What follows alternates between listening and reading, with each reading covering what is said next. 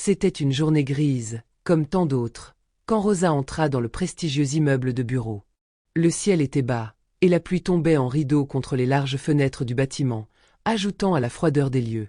Chaque matin, Rosa gravissait les 3 étages qui la séparaient de son poste, un espace souvent désert où elle devait nettoyer après les heures de réunion, et parfois même avant que le soleil ne se lève. Elle connaissait chaque recoin de ce bâtiment comme sa poche. Les bureaux modernes, les fauteuils en cuir, les parquets polis et les cloisons de verre. Le bruit sourd de ses pas résonnait dans les couloirs vides, mais jamais personne ne lui prêtait attention. Les autres employés, d'habitude absorbés par leurs dossiers et leurs réunions, la contournaient sans même un regard. Rosa était comme une ombre qui glissait entre les murs, invisible et silencieuse. Elle s'était habituée à cette invisibilité. Au fil des ans, elle avait appris à ne pas s'attendre à un salut, à ne pas espérer d'attention ou de reconnaissance. Leur regard la traversait sans la voir. Si elle était une figure silencieuse dans cet immeuble, c'était qu'elle avait choisi de l'être. Enfin, elle n'avait pas vraiment eu le choix. Les règles tacites du bâtiment étaient les mêmes partout. Les cadres supérieurs se déplaçaient dans leur monde et laissaient derrière eux des miettes que des personnes comme Rosa devaient ramasser. Mais Rosa n'était pas une ombre. Derrière son uniforme de femme de ménage, ses gants en caoutchouc et son balai, elle portait une histoire. Une histoire qu'elle n'avait jamais racontée à personne. Son sourire discret dissimulait des années de lutte, de sacrifice et de résilience. Elle avait grandi dans un quartier populaire, entourée d'une famille aimante mais pauvre. Elle savait ce que signifiait l'effort quotidien, la lutte pour subvenir aux besoins les plus basiques. Si elle était ici, aujourd'hui, dans ce bureau de luxe, c'était parce qu'elle avait appris à travailler dur, à rester forte malgré les épreuves. Mais cela ne signifiait pas qu'elle avait accepté d'être réduite à un simple statut. Elle était fière. Prouve-le à elle-même chaque jour, à travers son travail impeccable, sa présence discrète mais inaltérable. Alain Montfort, le PDG de l'entreprise, incarnait tout ce que Rosa rejetait. Il était l'image même du pouvoir absolu. Un homme riche, sûr de lui, capable de manipuler les chiffres et de plier les autres à sa volonté. Il imposait son autorité non seulement à ses employés, mais aussi à tout ce qui l'entourait. Si l'on croisait Montfort dans un couloir, il se contentait de faire un signe de tête à peine perceptible. Son regard glissait sur Rosa comme si elle n'était qu'une poussière qu'on balayait du regard, sans la moindre reconnaissance de son existence. Il était rare que Montfort engage une conversation avec elle, et quand cela arrivait, c'était pour lui demander de faire le travail qu'il avait lui-même causé, comme ce jour-là, après qu'il ait renversé son café sur le parquet. Dans son arrogance, il s'était approché de Rosa, affichant un sourire en coin, et lui avait lancé, d'un ton condescendant. « Vous savez, Rosa, vous feriez bien de trouver un emploi un peu plus ambitieux. Un jour, peut-être, vous pourrez me remplacer, si ce n'est pas trop tard. » Le reste de la salle de réunion s'était immédiatement plongé dans un rire nerveux, comme si c'était là une blague acceptable, comme si c'était normal qu'un homme d'une telle position puisse ridiculiser une femme de ménage sans aucune conséquence. Rosa avait ressenti une bouffée de colère qui lui montait à la gorge, mais elle s'était contrôlée. Le regard baissé, les mains serrées autour de son balai, elle avait continué son travail, ignorant délibérément le mépris de Montfort et de ses collègues. Mais au fond de son cœur, quelque chose avait changé ce jour-là.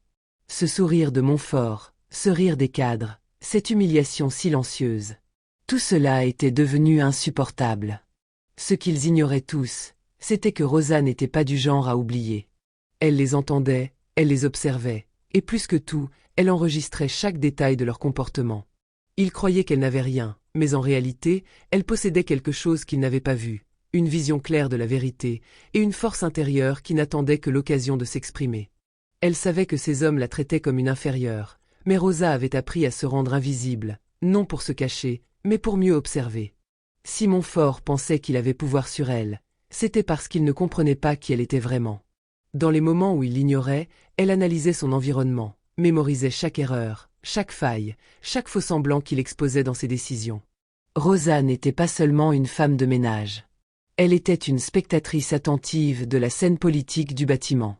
Chaque geste, chaque mot prononcé, était une pièce du puzzle qui l'aiderait à un jour prendre sa revanche. Les mois passaient et les humiliations se poursuivaient. Mais Rosa n'était pas du genre à se laisser abattre. Elle avait un secret que personne ne connaissait. Derrière son apparence de femme discrète, se cachait une intelligence acérée et un esprit brillant. Rosa n'était pas née pour être invisible. Elle avait sacrifié ses rêves d'études et de carrière pour subvenir aux besoins de sa famille, mais cela ne signifiait pas qu'elle avait renoncé à son potentiel. Elle savait que, quelque part, un jour, elle aurait l'occasion de montrer sa véritable force. Ce jour-là, le ciel semblait se déverser sur la ville avec une intensité qui reflétait les tensions dans l'air. Un vent froid soufflait, martelant les fenêtres de l'immeuble avec la pluie, comme si le monde extérieur cherchait à se rappeler à l'ordre. À l'intérieur, pourtant, tout semblait se dérouler comme d'habitude. La salle de réunion était immaculée, les murs éclatants, le mobilier en bois sombre soigneusement poli. Mais sous cette surface impeccable, quelque chose bouillonnait en silence. Rosa entra, comme elle le faisait chaque matin, son balai en main, prête à s'occuper des espaces communs. Ce jour-là, la réunion avait lieu dans la salle principale, où Montfort et ses cadres discuteraient de l'expansion de l'entreprise. Rosa n'avait jamais vraiment porté attention aux détails des projets, se contentant d'écouter en arrière-plan tout en nettoyant les espaces que les employés quittaient. Mais ce matin-là, quelque chose dans l'air était différent. L'excitation qui flottait autour des grandes ambitions semblait avoir laissé une odeur plus acide. Il y avait des mots échangés dans les couloirs, des regards nerveux, et même un léger brouhaha provenant de la salle de réunion. La présentation du PDG semblait si parfaite, si maîtrisée, mais Rosa, observatrice avertie, n'était pas dupe. Tandis que Montfort et ses directeurs discutaient des prochains investissements, des prévisions financières et de la stratégie de l'entreprise, Rosa s'affairait à passer son balai sur les sols lustrés, ses mouvements fluides mais discrets. Puis, elle le remarqua. Un document abandonné sur la table de conférence attira son regard. Ce n'était pas un simple rapport, c'était un document stratégique détaillant l'un des projets phares de l'expansion. D'abord, rien ne semblait étrange. Mais en y jetant un coup d'œil plus approfondi, elle remarqua des détails subtils, des incohérences qui sautèrent immédiatement aux yeux d'une personne aussi observatrice qu'elle. Les chiffres ne collèrent pas. Certaines prévisions étaient largement exagérées, d'autres ignoraient délibérément des risques évidents, et il y avait une dissimulation apparente de certaines dépenses cachées. Les marges étaient gonflées, et les projections trop optimistes pour être crédibles. Rosa savait que, de toutes les personnes dans cette salle, elle était celle qu'on attendait le moins pour déceler ces irrégularités. Mais elle ne pouvait ignorer ce qu'elle venait de découvrir. Cela faisait des années qu'elle travaillait dans cet immeuble, et au fil du temps, elle avait acquis une connaissance aiguisée des chiffres. Jamais elle n'avait osé se mêler des affaires internes de l'entreprise, mais ce qu'elle venait de voir ne pouvait pas rester caché. Si Montfort poursuivait son plan, cela pourrait compromettre non seulement sa réputation, mais aussi l'avenir de centaines de travailleurs et des clients qui lui faisaient confiance. Elle savait que c'était un risque. Elle savait que son intervention pouvait la mettre dans une position très inconfortable, mais cela n'avait plus d'importance. Il était temps de prendre une décision. Rosa se rendit discrètement à la salle de réunion, glissant à travers la porte presque fermée avec une fluidité qui témoignait de sa longue expérience dans l'art de passer inaperçue. Elle observait les visages concentrés des cadres autour de la table. Montfort, lui, se tenait debout, une télécommande en main, illustrant ses propos sur un écran gigantesque. Il semblait si sûr de lui, si détaché des réalités du terrain.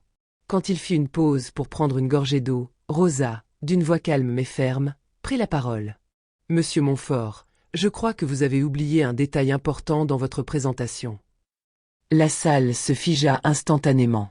Les regards se tournèrent vers elle, certains perplexes, d'autres surpris, comme si sa présence dans cet espace, habituellement réservé aux cadres, était une intrusion.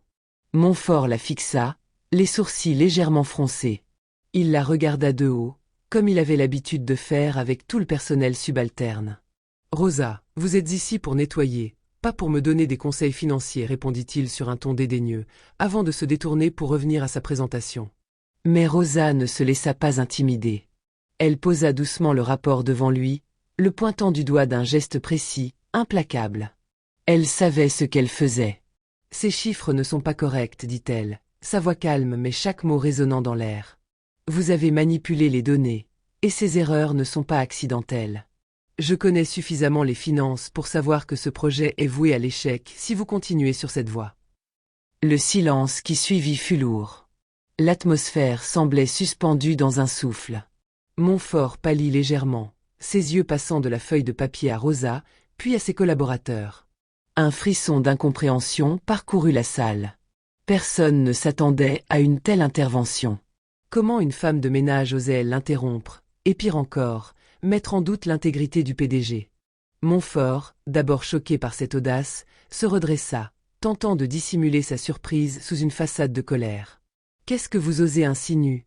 commença-t-il, sa voix trahissant déjà une pointe d'agitation. Mais Rosa, d'un calme inébranlable, le coupa net. « Je n'insinue rien. Je vous mets en garde. Si vous allez de l'avant avec ce plan, cela mettra en péril non seulement votre réputation, mais celle de l'entreprise tout entière. Vous allez entraîner des gens dans votre chute. » L'atmosphère était tendue. Les cadres qui se moquaient souvent de Rosa étaient maintenant figés. La vérité qu'elle venait de dévoiler était inédite, et personne ne savait comment réagir. Montfort, dont l'ego avait toujours été sa plus grande force, était désormais déstabilisé, ne sachant pas quoi faire face à une femme de ménage qui venait de dévoiler une de ses plus grandes faiblesses. Il tenta de se reprendre, de minimiser l'incident, mais l'audace de Rosa avait changé la donne. Ses collègues, incapables de cacher leur surprise, commencèrent à chuchoter entre eux. Un à un, les investisseurs potentiels, qui étaient présents par vidéoconférence, se retirèrent de l'appel, appelant pour reconsidérer le projet. Montfort, dans sa colère, perdit le contrôle de la situation, et quelques heures plus tard, il fut évincé de son propre poste, sous la pression du conseil d'administration, qui ne pouvait ignorer l'intégrité de Rosa et les preuves qu'elle avait fournies. Ce fut un moment historique pour l'entreprise, un tournant majeur pour l'ensemble de l'industrie. Quant à Rosa, elle n'était plus la femme de ménage. Elle était la héroïne de cette histoire. Son courage et son intelligence l'avaient portée bien plus loin que quiconque ne l'aurait cru. Elle n'avait pas seulement révélé les failles d'un projet, elle avait fait tomber un homme prétentieux et arrogant, et montré à tous que la véritable force ne réside pas dans les titres, mais dans la capacité à voir au-delà des apparences et à agir avec intégrité. À partir de ce jour-là, la vie de Rosa changea à jamais. Elle devint un symbole de résistance et de justice. Elle n'était plus invisible. Elle avait pris sa place dans l'histoire.